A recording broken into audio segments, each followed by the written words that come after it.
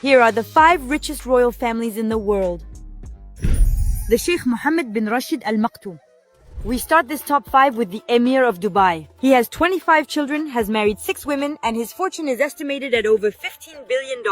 His primary sources of wealth are oil and gas, thanks to which he has been building a financial empire since the 1980s. He is also the owner of the Jumeirah Group luxury hotel chain and the head of the famous Emirates Airlines, which in 2023 achieved sales of $33 billion.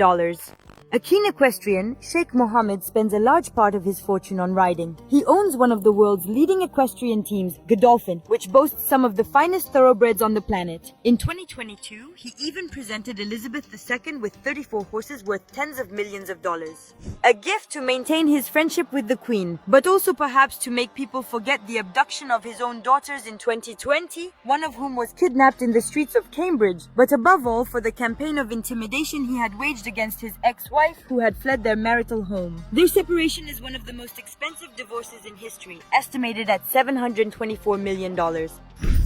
Mohammed bin Zayed Al Nahyan and the Emir of Abu Dhabi occupies the 4th place. Bin Zayed Al Nahyan, better known as MBZ, is the owner of the prestigious Manchester City Soccer Club. Purchased for $290 million in 2008, it's now worth $4.1 billion. The Al Nahyan family owns shares in fast food chains, real estate in London and Paris, gyms, Rihanna's Savage X Fenty fashion label, and Elon Musk's SpaceX company. The Khalifa's personal fortune is estimated at $16.8 billion, and the Al Nahyans have been in power since the 18th century and are among the 6 most powerful families in the United Arab Emirates.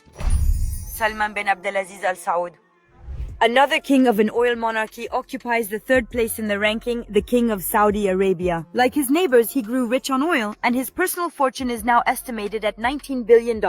Although he is more discreet than his Emirati neighbors, he is also multiplying his investments. He owns real estate, energy, construction, and media assets. In particular, the family owns prestigious high-end hotels, including the iconic George V in Paris and the historic Plaza Hotel in New York.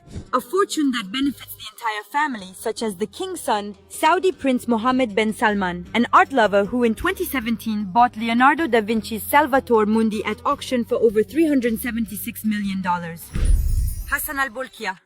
The Sultan of Brunei, a small Southeast Asian state, is one of the richest men in the world, with an estimated personal fortune of $30 billion.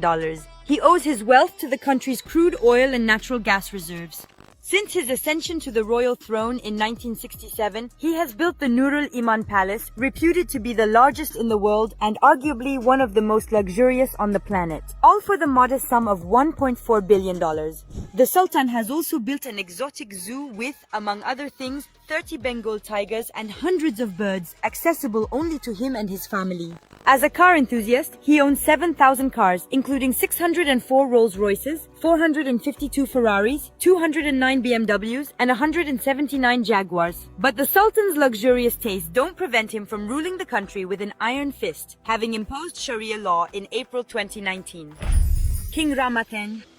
At the top of the list of the richest royal families is Thailand's King Rama X, whose personal fortune is estimated at $40 billion. The king's income comes mainly from investments in his country of 72 million inhabitants, of which he owns over 6,500 hectares. His main source of wealth is Crown Property, an office that owns shares in construction, chemicals, banking, insurance, and real estate. He also owns one of the world's largest diamonds, the Golden Jubilee, which was a gift to his father and is valued at between $4.2 and $12.5 million. King Rama X also owns 38 jets and several helicopters. His lavish lifestyle and taste for polygamy provoked incomprehension and discontent among the Thai population at the end of 2020.